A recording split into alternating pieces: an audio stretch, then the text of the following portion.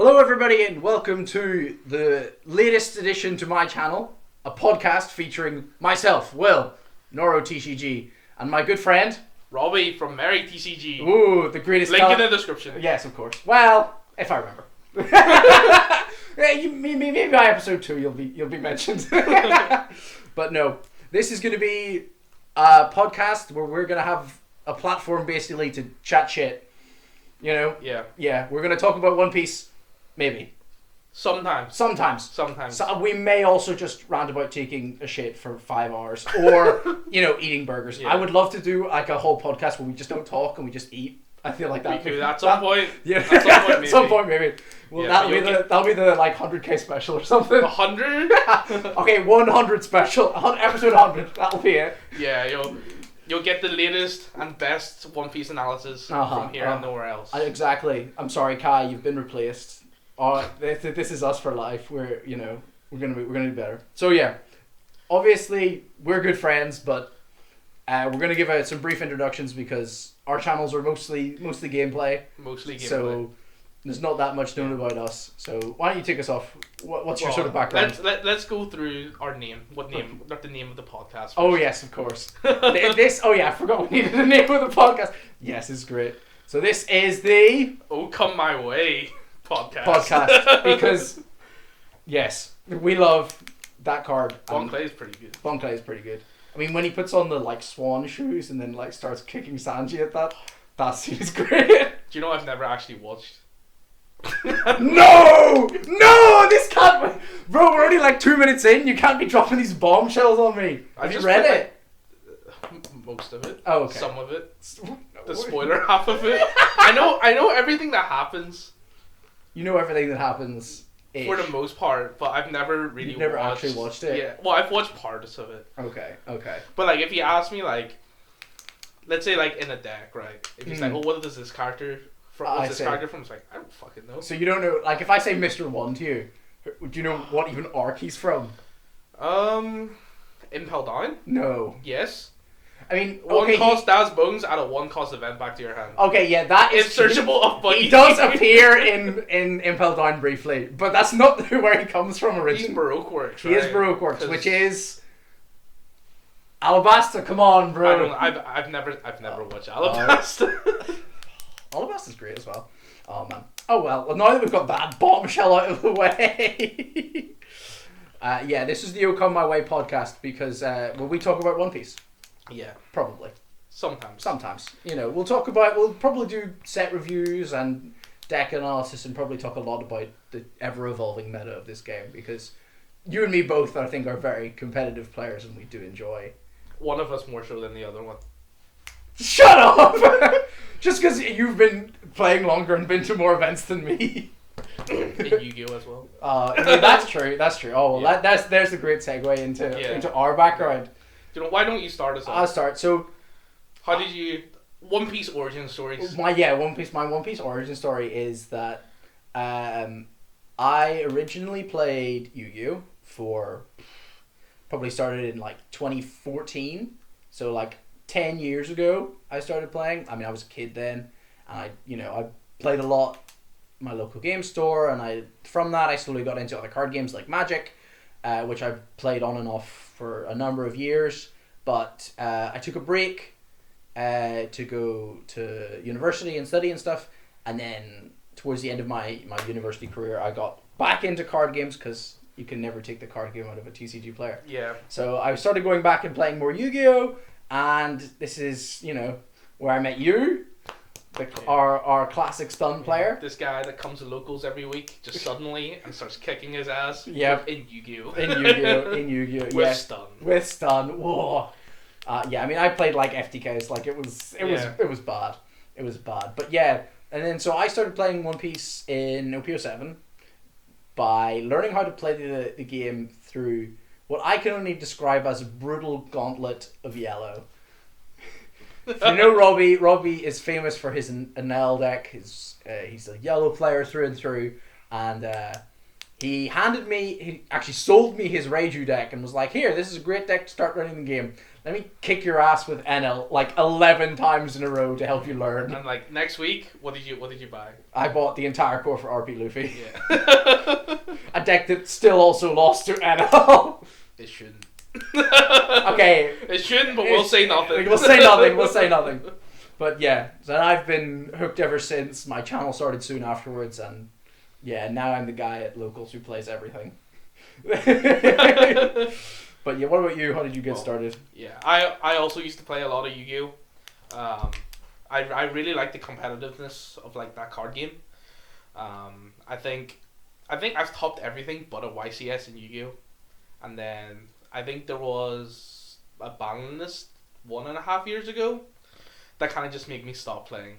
You might know it. It's the ban list that put Rivalry, Tikaboo, Gozen Match to 1. The ban list that everybody loved. Like Dryas went to 1, Healer went to 1. I was like, nah, I'm good. This game, it's dead to me. It's dead to you. Dead to me.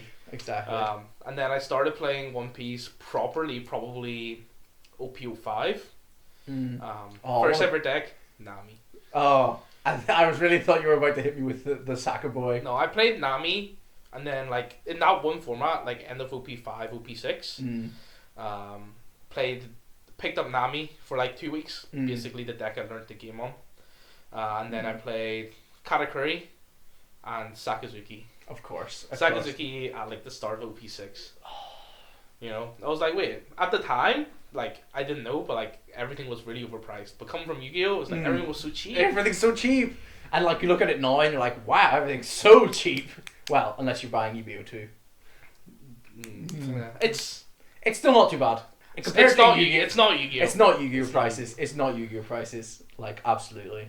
I remember like, I think basically throughout my almost entirety of my Yu-Gi-Oh career, I never had the cards that I wanted because they were way too expensive. I always just bought it because I'm irresponsible with money. Dude, I bought a GP Luffy core on release day. Yeah, like yeah, but you got good prices on it. Whereas I've just pulled my 2 secrets out of 5 packs because I'm the GOAT. But yeah, I started playing OP6, and then I think I started my channel OP7. Yeah, end of OP7 when I started doing really well in treasure cups and tournaments. Yeah, and I don't think I've topped with a deck that's not yellow in some capacity. Yeah. Which is kind of crazy. Yeah, I really love that color. I know. We need to get you red pilled. Really, no. Really, OP12 really is the OP12, deck. You mean koala? No. OP in One Piece, I don't know how, but when OP7 came out, I picked up NL for the first time, and I just absolutely loved that deck. You've never stopped. I've never stopped. I've been a pioneer for that deck actually. Yeah, I would say so. I topped 1 treasure cup with Lucy, and then everyone started playing it. I know. OP9, it's kind of fallen off now, but yeah. And you were the first person I know to come up with like the Brahm tech. I don't know if that was like your idea. Braham. I think I played Braham. I tried it in like OP6 to bottom deck the Saka stage. It wasn't very good. I think I was playing Galdino and like Kamikiri, and tried it. It was okay, but like it wasn't great. Yeah. But any yellow card that's like existing, if you tell me, I'll probably know it. You probably know it. Well, I think that sort of ties us well into my next question, which was sort of like talking about like our favorite decks. So I think for you, it's got to be NL, right?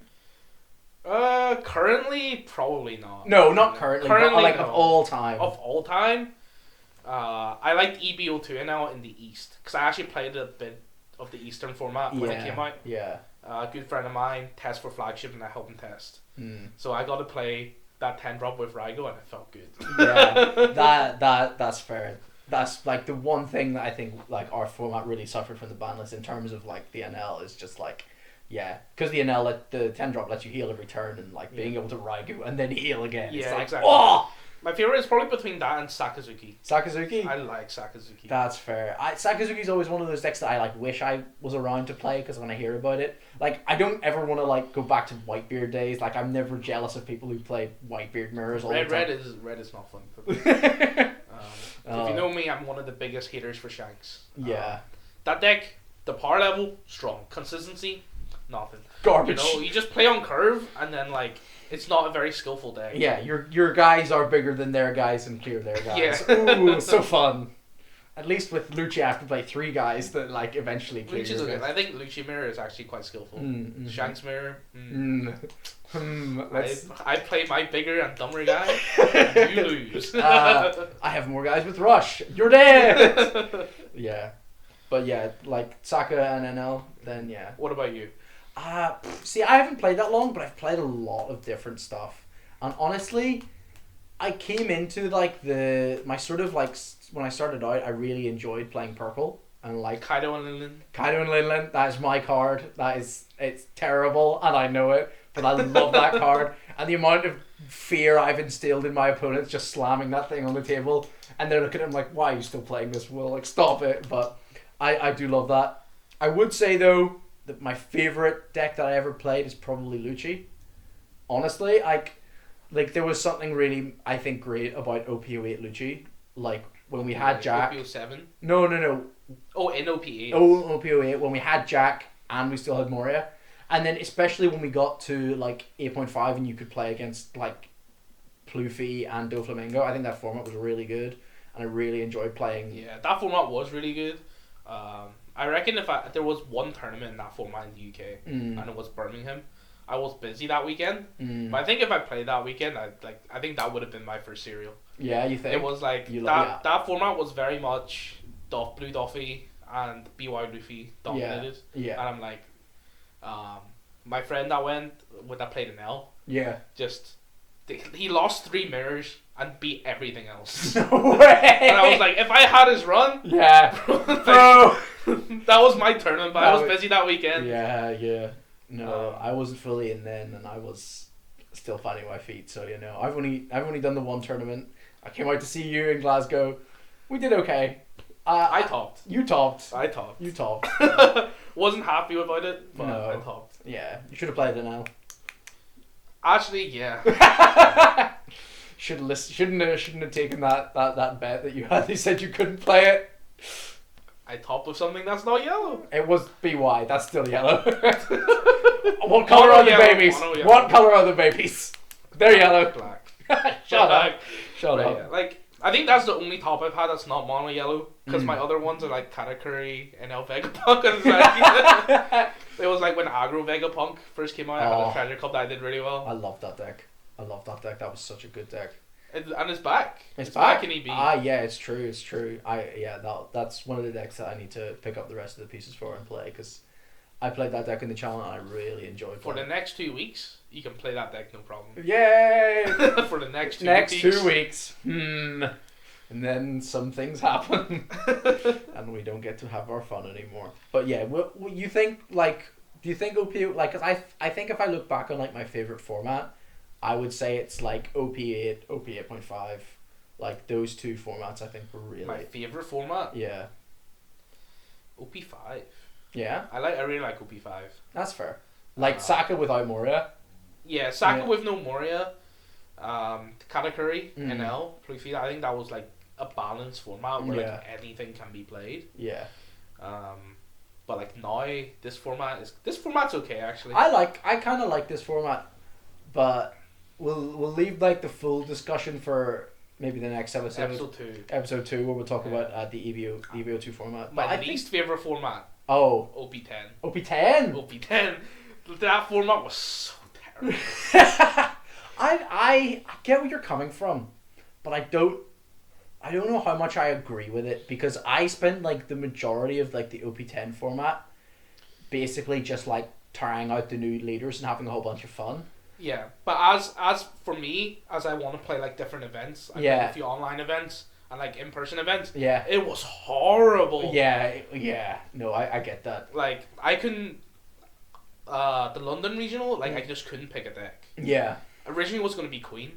Oh, it should have been Queen. Like I probably should have played Queen. Yeah. But then I was just not confident. I tried Shanks. Yeah. I ran into the Shanks problem of draw for turn, brick. 8 cards in hand, 1k worth of counter. I was like, look, I can't just be losing the game off of like a low roll hand, you know, and I just gave up on that deck. And then eventually I brought Green Uta, I was like, oh, this has got a good meta call. It's good against Shanks, good against Blackbeard. Yes. Loses to like everything else. Yeah. Like I turn up to the tournament, round 1, Animo Marco. Animal Marco! I would say, your Achilles heel in all of One Piece. I just can't beat that deck. You just can't beat it. Just can't beat it. Good thing it's not playable anymore.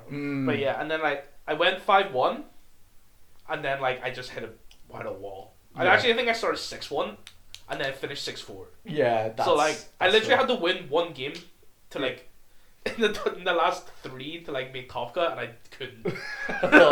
Yeah, that's right. And I was like, what happened? Like the one Shanks I played, he was on 2 life, no cards in hand or something, and 1 blocker, right? Yeah. And I was like, okay, tap the blocker, attack, okay, Yeah. take, and I had I'm invincible, right? So I Yeah. strapped 7 down to my leader, Yeah. and swung because that was my only swing, Yeah. and he has 1 life. Yeah. Swing, take, Red Hawk. I was like, oh, and that was my last round. I was like, okay. Nah. Sometimes when you have it, you just have it. I mean, you come from a yellow background. Sometimes you have to be expected to get triggered on. Yeah. You know. Should have played Queen. Should have played Queen. You've been playing Queen recently. I have been playing Queen, and I have really enjoyed playing that deck. I'm glad you put me on it. That deck's pretty fun. It's really fun. Like, if you have the opportunity to play it, give it a run. Give it a run out. I think especially like the EVO2 build, like you have a chance against GP. Like, yeah, if you draw Sable, the other option was like Burnblade. Yeah. So like they kind of did the same thing, and Sable's better trigger. Yeah, that's what we care about. Better trigger.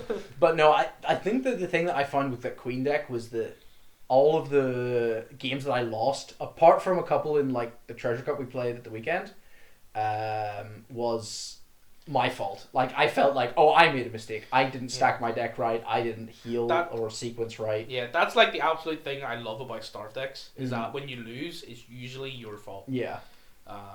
Actually, I'm going to tell the story of how we discovered Queen, actually. I say, okay. So after the Glasgow Regional, I'll start before the Glasgow Regional. My friend, I think you met him, Antonio. He's also an NL player. Yes. At our locals. He started playing the game maybe like OP6, OP7 properly, got an NL. And then I somehow ended up just started coaching him on NL for that one Treasure Cup because I couldn't play it. Yes. So I was like, look, and then halfway through, Rygo got announced. Yes. I was like, it's getting banned. Yeah. I really thought about going back to it, but I was like, no, I need to commit. Mm-hmm. So I just taught him everything I knew about the deck. And he topped. Yeah. He did quite well. And then afterwards, like, look, what are we going to play for London? Because originally, my plan was going to play Blackbeard, but then, like, the meta shifted so much that we couldn't. Yeah. And my fallback of NL kind of fell through. Yeah. And then he only plays NL. Yeah. And, like, he only knows how to play NL and Katakuri. And then somehow he's like, okay, what the fuck do I play? Yeah, yeah. I looked at the meta, I was like, look, I'll try Rebecca. Yeah. And then he tried Rebecca with me, and it was like, this deck, we were trying the I Want to Live just to heal. And it wasn't very good. I keep thinking about that card for my Rebecca build, and I'm like, I want to play this card so bad, but it's so bad. We did a bunch of testing with that, with like Rebecca. I was like, because it's another full Starve deck. We wanted to play a Starve deck, you know. The other option was Vegapunk. Oh, I see. Like full control Vegapunk. Yeah. But again, no Rygo. It's a little rough. Yeah, it's quite bad. And then we were like, I made a joke. Why don't we play Queen? What about Queen? What about Queen? And then, and then I was thinking like 2 weeks later, we saw a video on like OPTCG Grinders channel about Queen. I was like, what? What? Because I was playing on the sim, high ranking sim. I was like, wait, surely this is not my VOD. Yeah.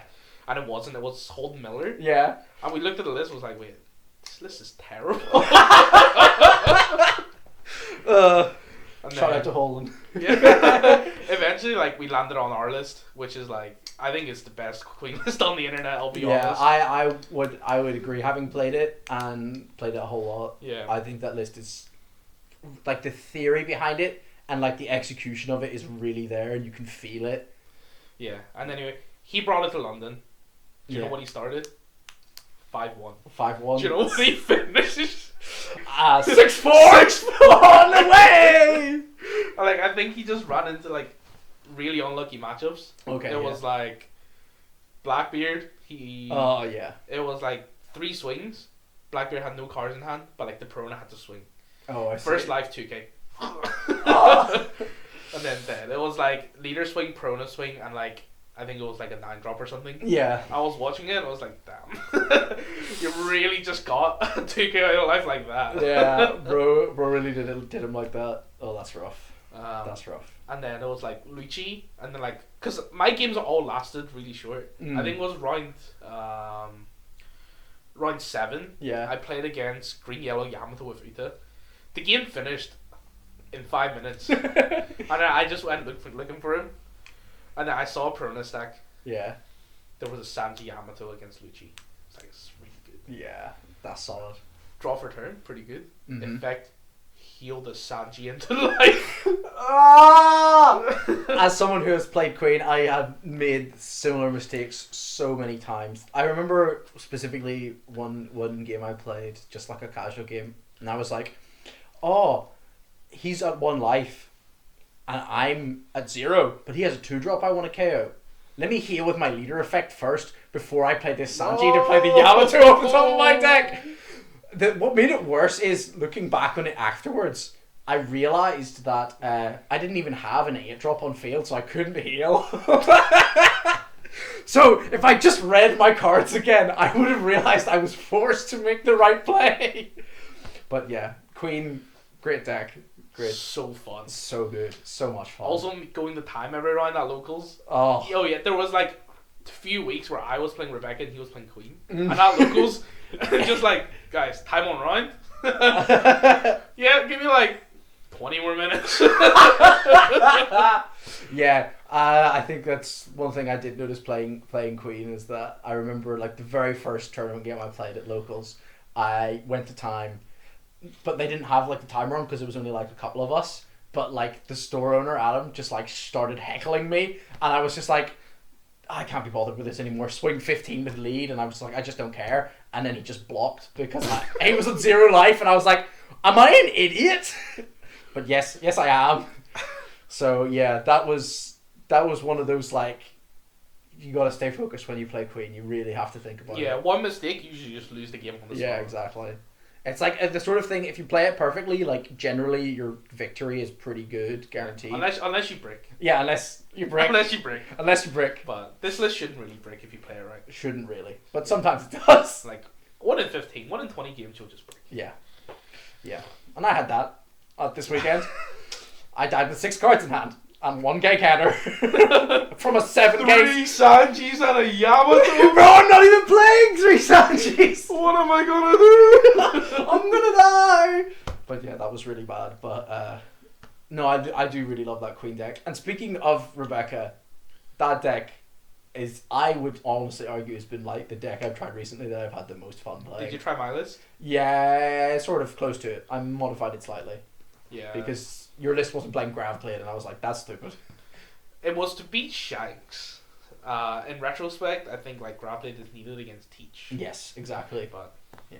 Did you see Cross's list? Elizabello the Second. I did. I saw the stream clip of him swinging with that, and I was like, what? I've never seen that card in my life. Elizabello the Second. Yes. Rose sang for 15k, double attack, and then still lost. Oh no. But no, I think that deck's really fun, and I think like honestly, I think I might try it for some of VBO too, because I honestly think that deck kind of cooks GP. Does it? It does. It kind of does. Really? Yeah. Because of Gravity Blade? No, I'm only playing 1 Graveblade. I'm playing 2 of the whatchamacallits now, the 3000 Worlds. Yeah, they're very nice against both Teach and. I feel like that deck is weak to GP, though. No, all the testing that I've done, I mean, it's not that much, I'll be honest, but anything that Is it just because you can stick an Orlumbus? Not even generally. Generally, I'm like not playing Orlumbus until like my 8th on turn or so. But like it's just generally because like you remove the first Sanji pudding with like a 2k and a Zoro or a 3000 Worlds, and then like you just like accrue these engines that once you get to like 8 and 10 dawn, like it's just tens on them. Yeah, you just tens on them, and it's like kind of over. And I'm playing Aramaki as well. The blocker, that card is so good. Honestly, that card is like one of the things I'm like, man, I wish I was playing this in like the Rebecca list you first sent me. I tried that in Rebecca. It was so bricky. I just couldn't find a space for it. No, I don't know, man. Like there's something about like Orlumbusing and then slamming that down, bottom decking a 6-drop, and then slamming Tenzan, popping something, and then bottom decking a 7. You're just like, oh yes, and like, yeah, I found a lot against red as well. Like you would go very low, and sometimes you would just be like, I have to take this like 9k swing. Shanks, right? Are we talking about Shanks or are we talking like red? Like Shanks and red. Like both, like because like the like OP10 Shanks was like playing like the 5-drop rush Luffy's and all like they were playing like a more rush build with like 3-drop Sanjis and stuff. So like they were very fast and they put a lot of pressure on you. And I found in a lot of games I was like, I just have to go down to 0 and I have to play the Roger minigame. Yeah. And like for some reason they had Roger every time and I was like, man, all I needed was like a giant blocker like the turn or two before. Turn before, yeah. Yeah, so that like when they swing 9 I could block and give them a 2k. Yeah, usually on Rebecca is like when you lose, you're usually losing by 1 turn. Exactly. Same with like Queen. Exactly. You're losing by 1 turn. You're losing by 1 turn. But no, I think those two decks, and I think like you especially have like showed me at least anyway that like Starve is like really strong. Yeah. Yeah, and it like a lot of bad players will just not know how to play into Starve, right? It's yeah, like, yeah. If I'm sitting like, let's say I'm playing like Bonnie. Yeah. And like opposite me is sitting like NL, right? Yeah. I'm on 5 Dawn. Yeah. Am I gonna play a Cavendish? Absolutely not. Yeah. like yeah. They're gonna play Gadachi next turn no matter what. So yeah, why exactly. am I giving an extra card? Yeah, exactly. You know? Like exactly. a lot of like the worst kind of players just don't know how to play against Starve and it's just auto win. it's like it's the same with like Vegapunk where like if people don't know how to play against you, like you get like a 60% bonus win rate. Like it's kind of crazy. It's really kind of crazy. But if I had with Animal Marco. Yeah, you still don't know how to play against that deck. It's your kryptonite. I'll have to remind me. I have to bring that to locals while you're back. You have EP choppers? I have 2. It's not Animal Marco. It's not Animal Marco. To be honest, I have 2 EV choppers, but I don't have any OPOH choppers.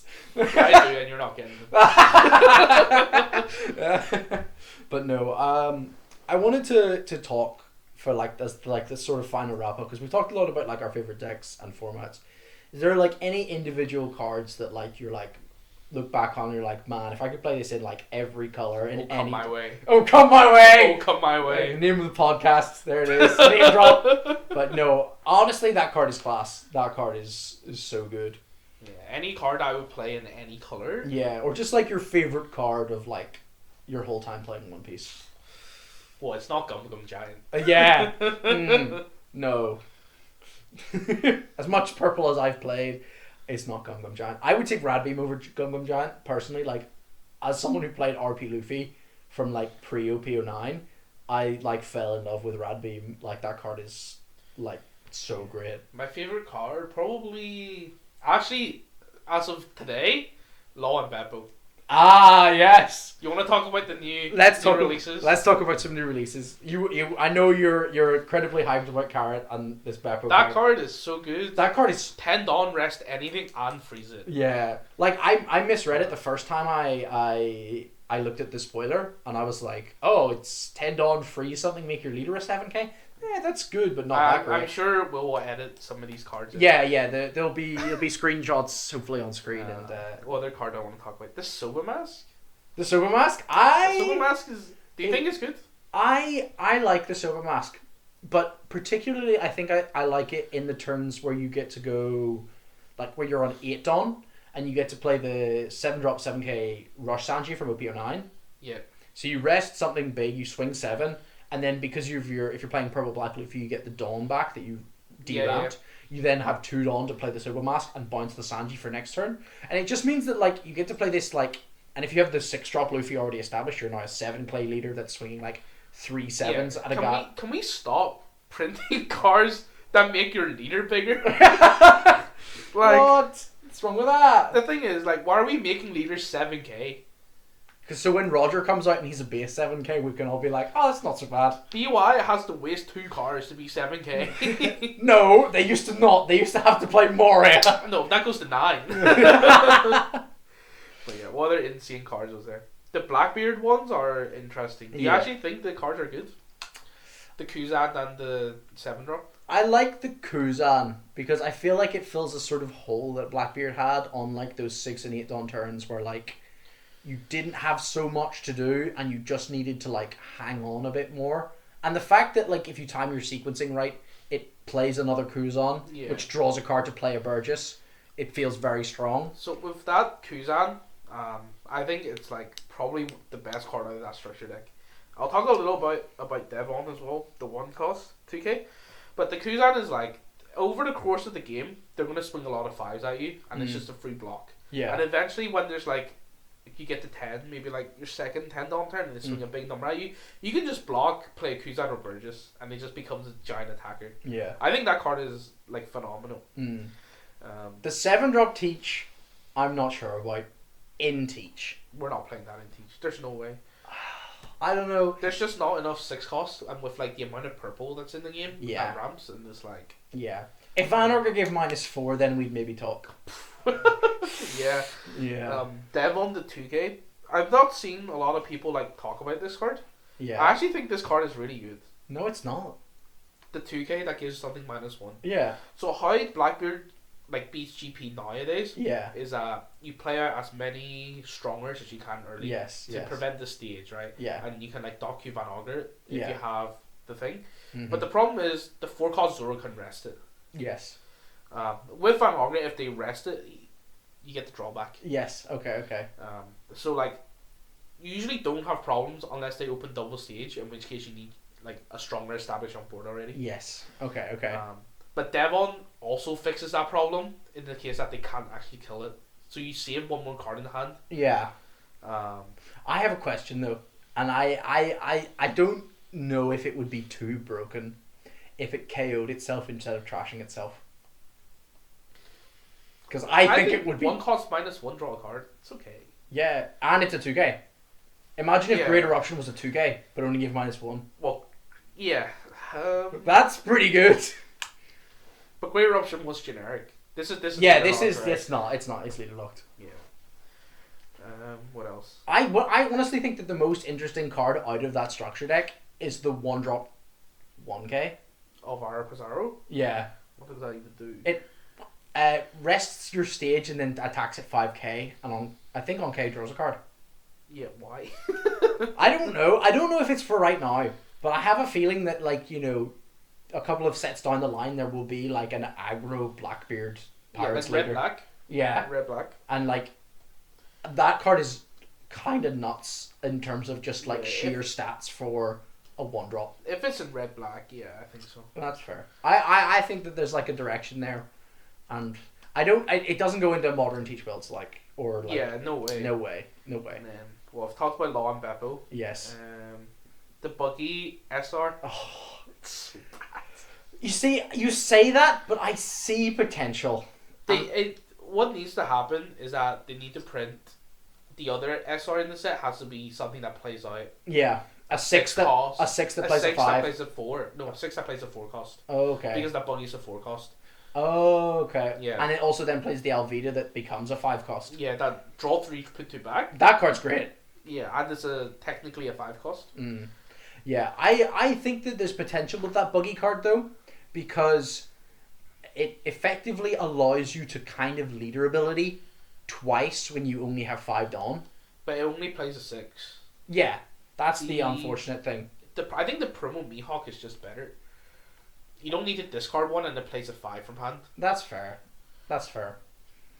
So it really depends on what the other one is. And then you can do some like thing on 5 where it's like, if they do print like 6 cost that plays a 4. Yeah. You can play like promo buggy to play the 6 cost to play the buggy, and then you suddenly have like that would 4, 3, 5 or higher. Yeah, and then you can just like start dropping 10 drops and just like bottom decking your opponent's stuff.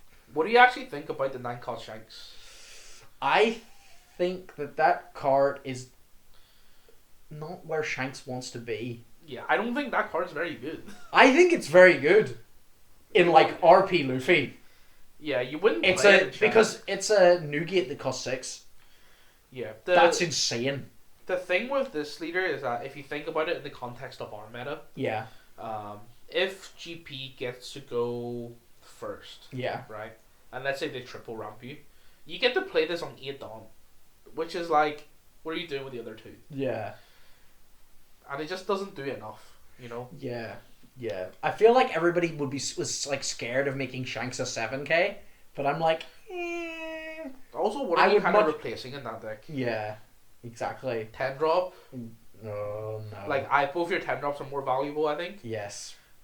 Dragon, really? If you don't see Teach is already hard for the deck. Yeah. If you don't see Dragon, you're not beating Teach. Yeah, exactly. And then Rayleigh's the only other spot, but like, isn't Rayleigh just better? Rayleigh is so much better. Like, Rayleigh does the same thing every time, and Rayleigh's like, I think Rayleigh is the card that makes Shanks good, to be honest. Yeah, they need a searchable Rayleigh. Yeah. Like in that structure deck, or they need like a mini Dragon. I've said, like, let's say 5 cost 1k counter, 7k power. Or it can't be a 5/7 rush. 5/7 rush. 5/7 rush that with attaches 1k. With the 1k that attaches it on. Play attach 1 Dawn to. That's insane. They don't give vanilla stat lines and positive effects with 1k. It just that's kind of the card that Shanks need, right? Yeah. Because the 5/6 that attaches them, we already have that in a Stream Luffy, and it's not good enough to see play. Why? Because it's a brick. Yeah. Right. Yeah. I get. Yeah. What they need is you need like an in archetype dragon, so like it becomes good. Yeah, maybe you could give them like a 5/6 on play that attaches a Dawn, and if your leader has an attached Dawn, gets plus 1,000 power and has rush. Yeah, that's and a 1k. And a 1k. Yeah, it needs to be a 1k. Yeah.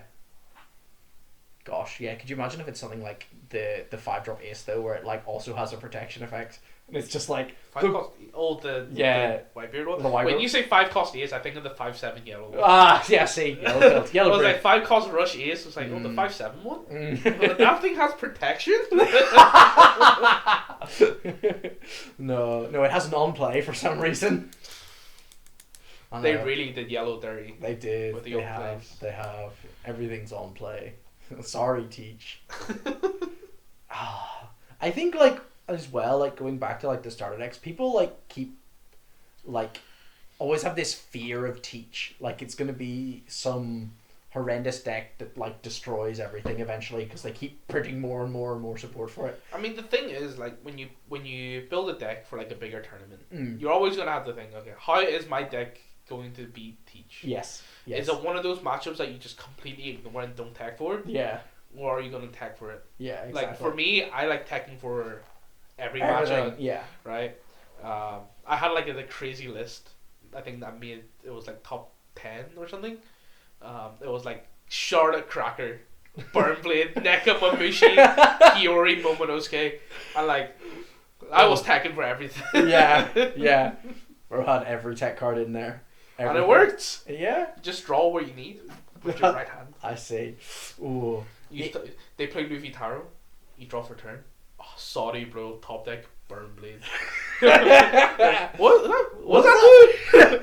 That's a thing. There was also for a while on the sim where like that card was miscoded, and this is like that card is an OP8 card, and we're talking like OP10 or like OP9, and it's like where it added to hand rather than trash alive. Because I know that the secret Luffy was miscoded on release for EVO2. Oh, really? What did it do? It could Dawn minus rested Dawn. That thing was busted. Yeah. I don't want to say like I abused that Burnblade card, but I played it. I played it. That was pretty good. Yeah. I did report the bug though. Always report the bugs. Don't ban me. Always report the bugs. But yeah, no. I think like there's a lot of like it's honestly interesting with like these starter decks because obviously we're gonna get them early. So like, I hate that, by the way. You do? I don't like joint format. You don't like joint format? So like you're not looking forward to us like getting combined release? No, I like to know what the best deck is. I see. Would you not like to figure it out? No. I see. I very much disagree with that. I think that it'll be really interesting. But like the way Japan has it is that, like, let's say today, like tomorrow, like a new set releases, they'd have the flagship the day after, and it's like you have no idea what to play, right? Yeah. you just have to like go off your gut of what's good. Yeah. And usually that week is like all the old decks are good. It's like, Yeah. look, I'm gonna play OPO3 Katakuri, and that's gonna like destroy people. You know? Exactly. It's like And it's like, I don't like that. it's like every time I see like an online tournament right after a set releases, and just like Zoro is like Zoro, Katakuri, Lucci. let's go. The deck, Lucci, no, my boy, the deck that never dies. That deck's Bro, no worry, no ICs, no problem. no problem, no problem. What did the You're playing balance- 2 9 cost a turn, no problem. What did the balance do? Sorry, NL players. Hey, Sorry, Black Yellow Luffy players. yeah, BY. They had to kick America to the curb after their reasonably bad performance at Worlds, where they all brought BY and then got stomped by Lucci. See, Lucci to go. That's all I'm saying.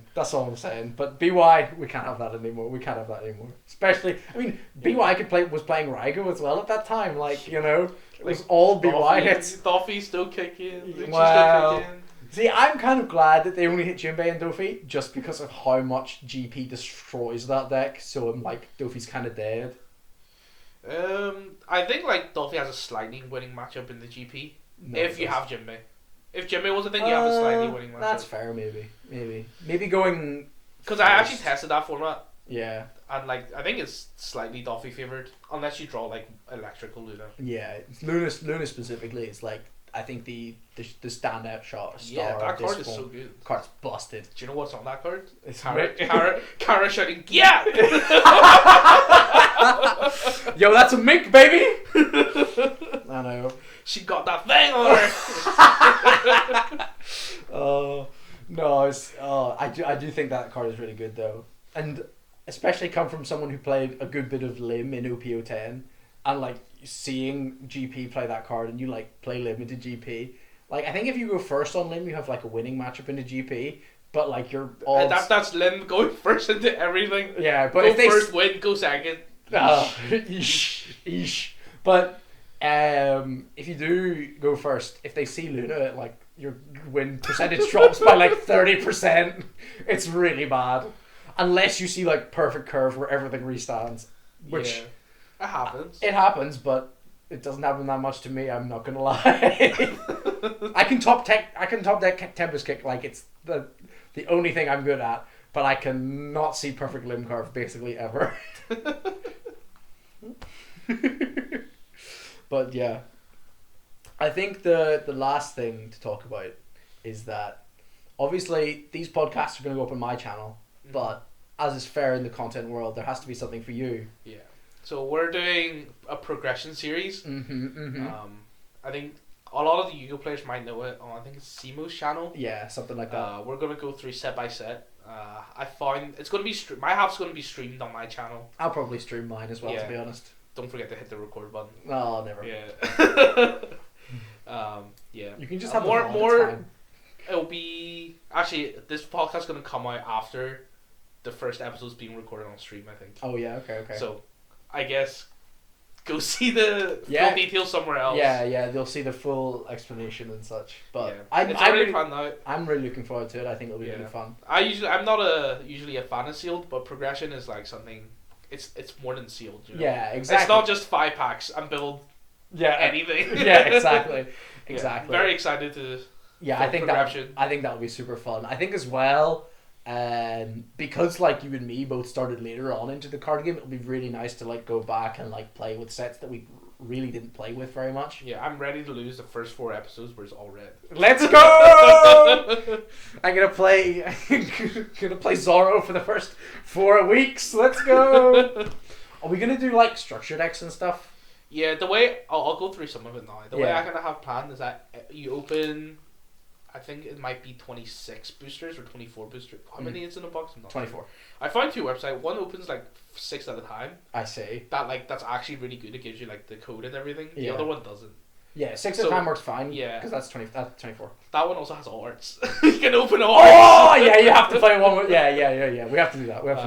And then Because I need to style on you when I pull a manga digitally rather than having never pulled a manga in person. yeah, every set comes with its own structure decks, right? Like OP1 has SP Yeah. 1, 2, 3, 4, Yeah. Okay. and then OP2 has like 4, 5, 4, 5, and 6, and then like so on and so on. Okay. And we're gonna do it where you get a hold of one structure deck. Yeah, just one and one Just copy one. of it.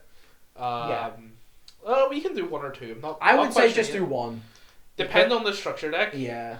I think big ones like ST10 and the ST13 are gonna be 2 copies, and you just both get that because they're the only structure deck. Yeah. And that's it. Yeah, I think that's fair. It's also gonna be some legacy band cards.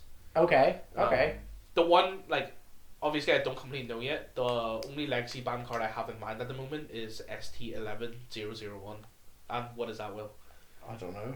The Uta leader. Green Uta leader. Oh, Green Uta. That deck is way too playable out of the box. Oh, and I it's see. Like, you can just play it out the box, and it's like, okay. What are we doing here? Okay. Maybe what we should do then is we should just like not have ST11 legal, but ST. No, you can. The re-release, I think you should have legal. The re-release? Yeah, when you got the new structure. The leader, yeah, you can. It's just the leader. You can play ST11 cards and like. Oh, okay. And like other stuff, it's just the leader you can't play. Okay.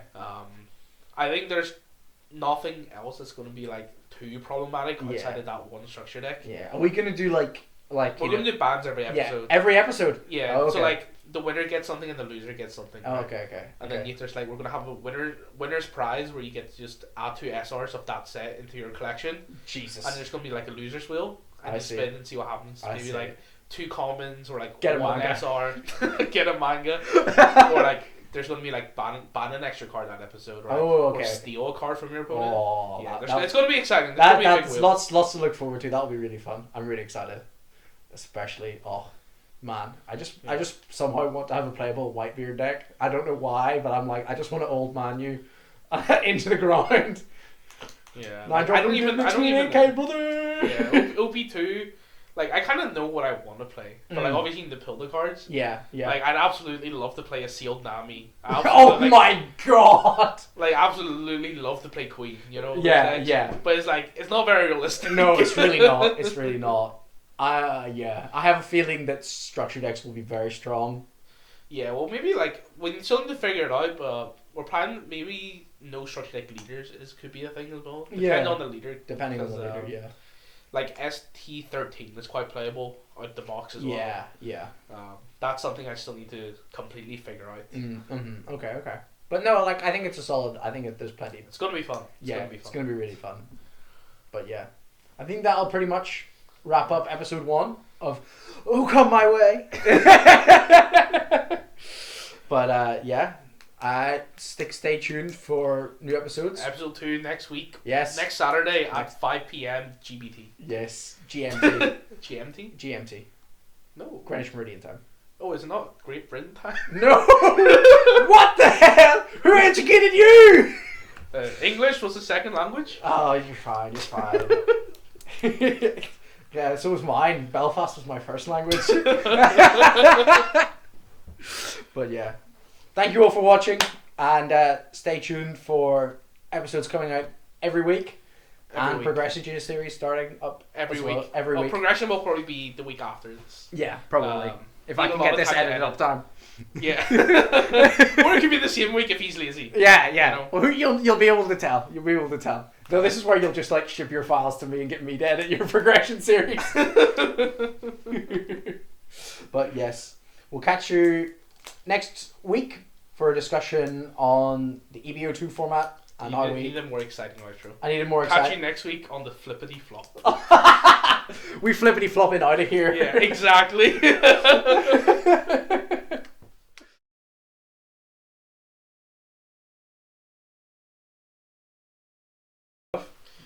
I'm ready. You ready? Let's go. Maybe I'll just have the pen. I'll be my microphone. No, I'm not doing. No, I'm really jumping. I have a second. I'm not doing that. Because I thought we were gonna have 3, so I brought an extra one for Gia. I see. But you didn't think, the camera will have to go. I didn't think the camera had to use one. Well, you can give it to. So it's fine. Like me and I'll sit here on episode 2, and I'll just pass the mic like this. Yeah. You'll just like. And then you can have this. Just point it at his face. I'm not taking this fucking shit. Fuck off. Alright. Production quality's too low, no mic. No mic! At least, you know, I would have maybe understood it if I had like the little clip-on mics and you could clip it on, and then I'm like, okay, you don't want to clip it onto yourself, you want to have like a mic, that's fine. But not just when it's just a stick. Don't ever know this is a mic. It's clipped on.